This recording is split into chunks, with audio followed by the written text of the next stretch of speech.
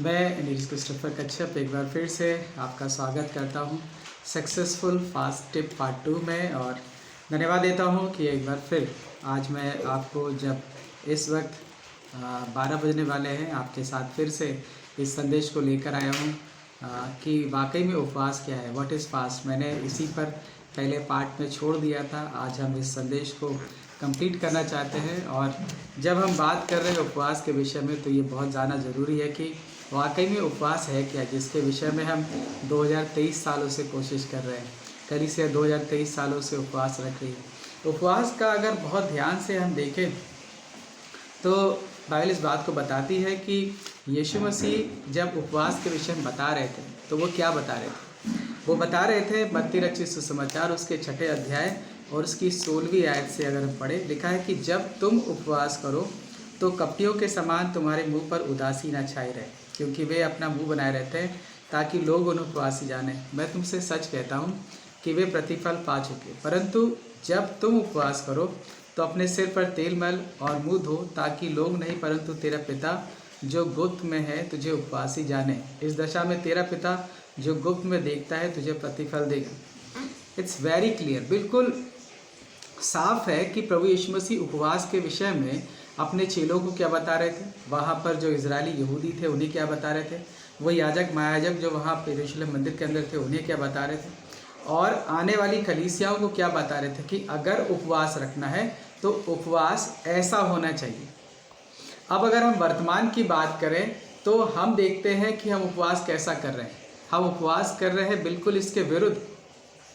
यहाँ सारे संसार को पता है कि मैंने उपवास रखा है, सारे संसार को पता है, आपके घर के लोगों को, आपके आसपास के लोगों को पता है कि हम उपवास रख रहे हैं।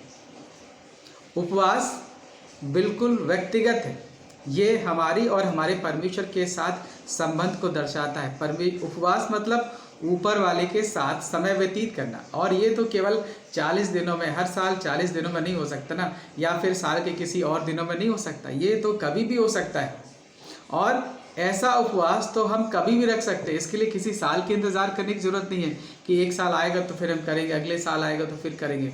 यीशु मसीह ने बिल्कुल सही तरीके से मुझे और आपको बताया उपवास के विषय में कि जब तुम उपवास रखना तो किसी को पता नहीं चलना चाहिए, बस केवल पिता के साथ, हमारा संबंध पिता के साथ होना चाहिए। यही बात है कि जब हम यीशु मसीह के उपवास के साथ अपने उपवास को आरंभ करते हैं, जैसा कि मत्ती रचित सुसमाचार उसके 4 अध्याय को अगर हम देखें तो अक्सर कलीसियाओं में यहीं से उपवास के दिनों की घोषणा की जाती है। मगर जब मैं यीशु मसीह के उपवास को देखता हूँ तो मेरे प्रिय आपसे कहना चाहता हूँ, ध्यान से पढ़िए। आज जब मैं आपसे बात कर रहा हूँ मैं चाहता हूँ कि एक बार आप खुद पढ़िए, एक बार फिर दोबारा पढ़िए, बहुत ध्यान से पढ़िए।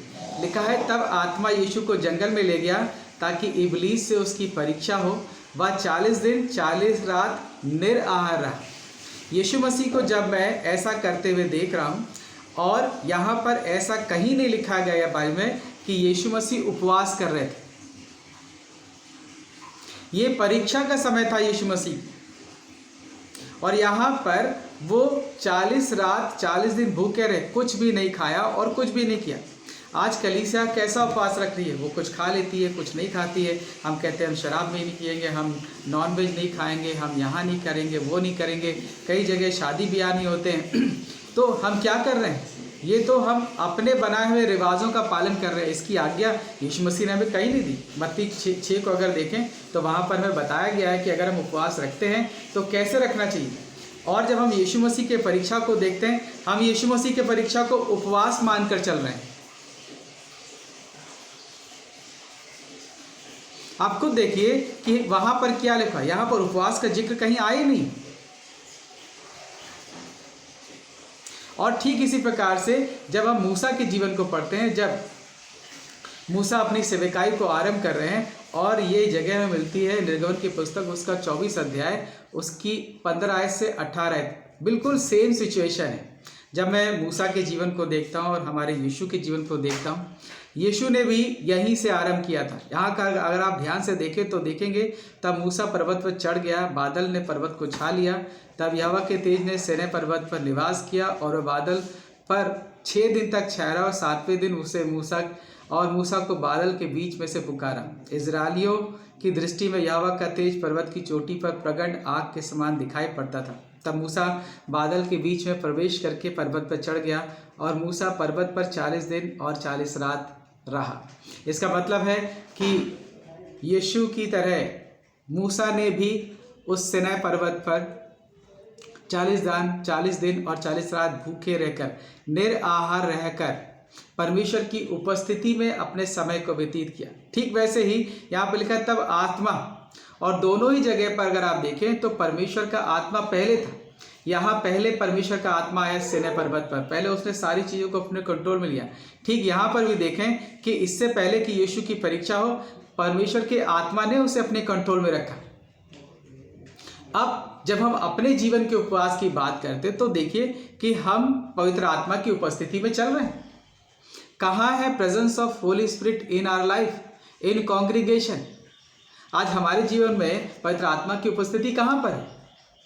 आप देखेंगे कि दोनों ही जगह पर, दोनों एग्जाम्पल मैंने आपको दिए। Exodus chapter 24 verse 15 to 18, Matthew chapter 4 verse 1 to 2, दोनों ही जगह पर आप पवित्र आत्मा की उपस्थिति को देखते हैं। मगर आज कलीसिया वर्तमान में जिस उपवास को कर रही है, या फिर ऐसा कहें कि कलीसिया जो 2023 सालों से उपवास रख रही है, वहाँ पर पवित्र आत्मा की उपस्थिति का तो कोई वर्णन नहीं है।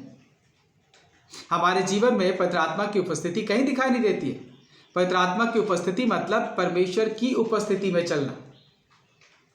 क्या लिखा हुआ है यूहन्ना रचित सुसमाचार उसके पहले अध्याय में, आदि वचन था, वचन परमेश्वर के साथ था और यही देहधारी हुआ और सब कुछ इसी के द्वारा उत्पन्न हुआ है।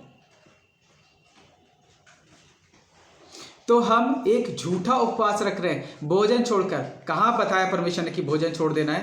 पहला संदेश जो मैंने आपके साथ शेयर किया यशायाह 58, उसको बहुत ध्यान से अगर आप सुने, बार बार सुनिए, तब आपको समझ में आएगा दूसरा हिस्सा। वहाँ क्या लिखा हुआ है?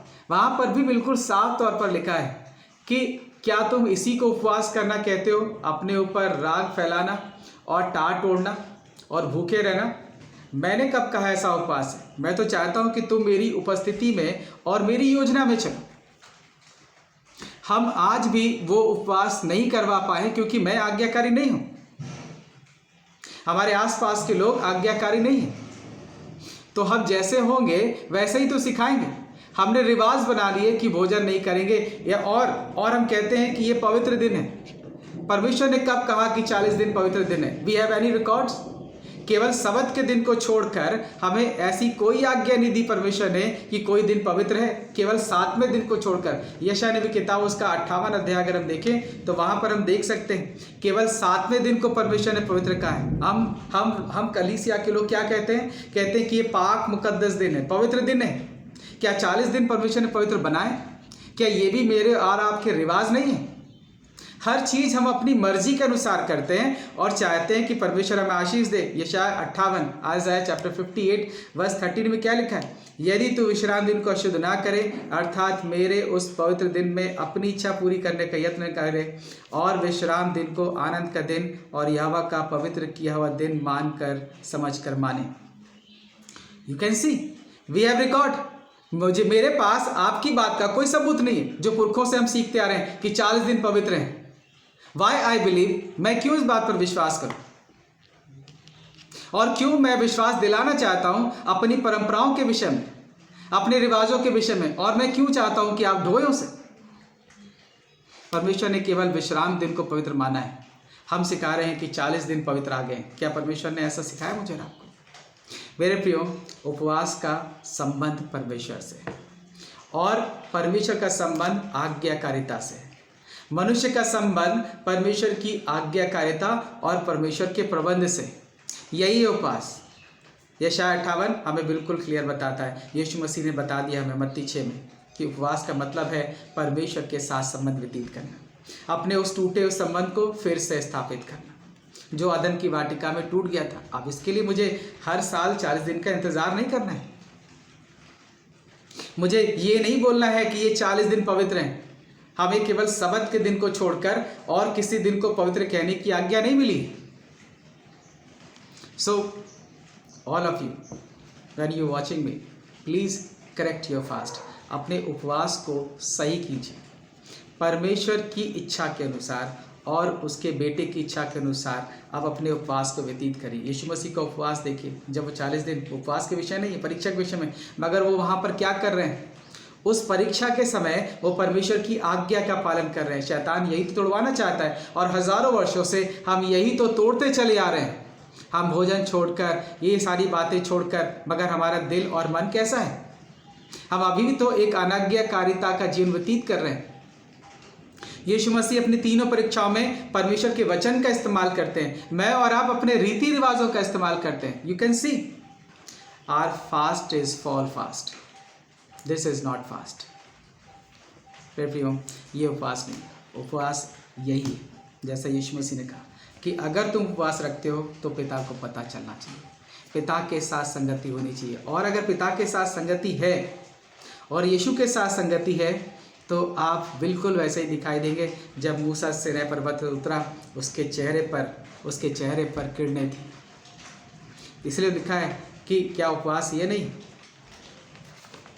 लिखा है यहाँ पर, तब लिखा है तब तेरा प्रकाश, यशायाह 58 और 58 उसकी 8वीं आयत में, आइज़ाया चैप्टर 58 वर्स 8, तब तेरा प्रकाश पौ फटने के समान चमकेगा और तू शीघ्र चंगा हो जाएगा।